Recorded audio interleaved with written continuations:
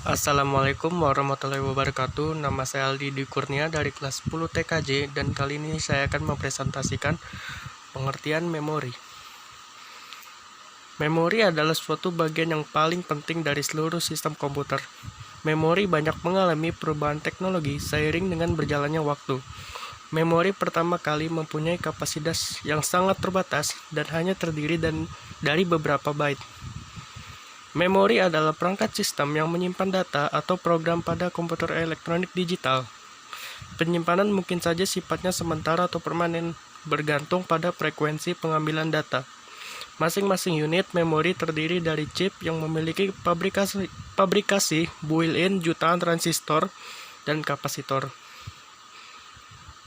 Fungsi memori. Fungsi memori adalah tempat penyimpanan program dan data sementara. Memori bekerja dengan menyimpan dan menyuplai data-data penting yang dibutuhkan prosesor, kemudian untuk diolah menjadi informasi. Secara garis besar, memori dapat diklasifikasikan menjadi dua bagian, yaitu primer dan sekunder. Karakteristik sistem memori. Dalam memahami berbagai karakteristik dari berbagai macam situasi, kita harus mengetahui karakteristik memori satu persatu.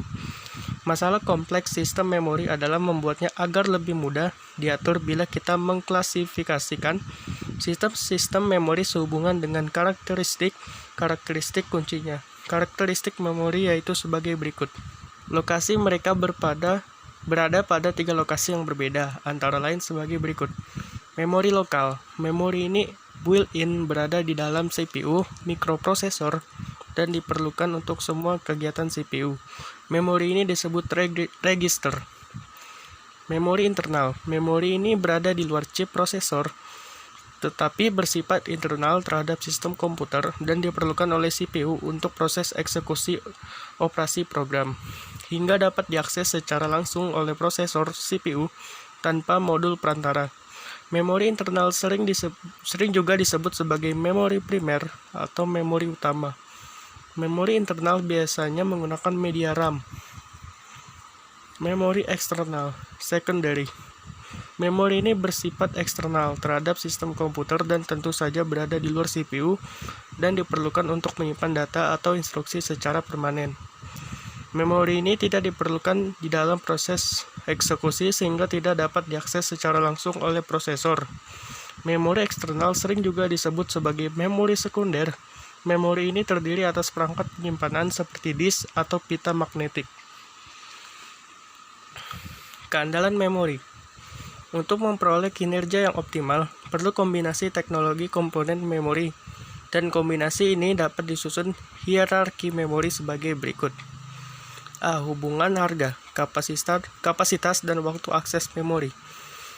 Hubungan harga, kapasitas, dan waktu akses memori adalah sebagai berikut. 1. Semakin kecil waktu akses, semakin besar harga per bitnya.